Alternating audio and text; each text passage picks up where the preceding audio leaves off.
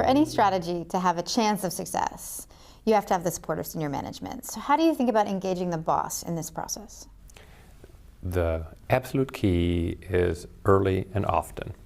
The biggest mistake by far I see in strategy in larger organizations that have multiple tiers, like divisions that have to report to the overall CEO, is they wait until too late to get approval for something rather than getting alignment along the way and feedback and contribution from the boss along the way.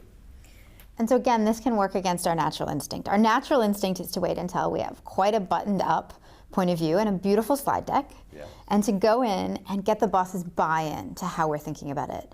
You and I agree that is the worst possible approach to any meeting, but in particular to a strategy meeting. So say how you think about it. Yes, I think if you're getting buy-in at the end, you're in some sense saying, I do not want any contribution from you. I have already my beautiful PowerPoint deck, it's all hardwired and everything, and all I want you to say is yes, and then I'll be happy. What utility is there to that? I think there's almost none.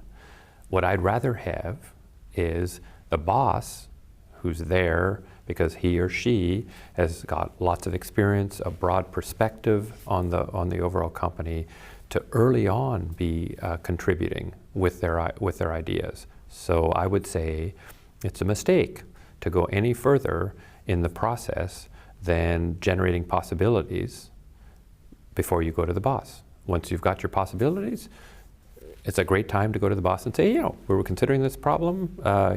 We've started to think about the possibilities. Here's the list we've been able to come up with. Are there any that we're missing that you could see? You can often get some extremely valuable feedback at that point. It is much better than at the end having the boss say what is often said, well, have you thought about this idea? Right? That's too late. So we've picked these key points where you want to have conversations, but it's also about a slightly different kind of conversation. The boss has this unique view. They see the entire enterprise, and the danger of going in with a buy-in mentality is you don't know what you don't know. So you want to be able to have some ground rules for that conversation, which are about saying, I'm going to share with you our thinking, and our thinking we're pretty excited about. We think it's pretty good, but you see things in a way that we can't. You see things that we may not know anything about. So what are we missing?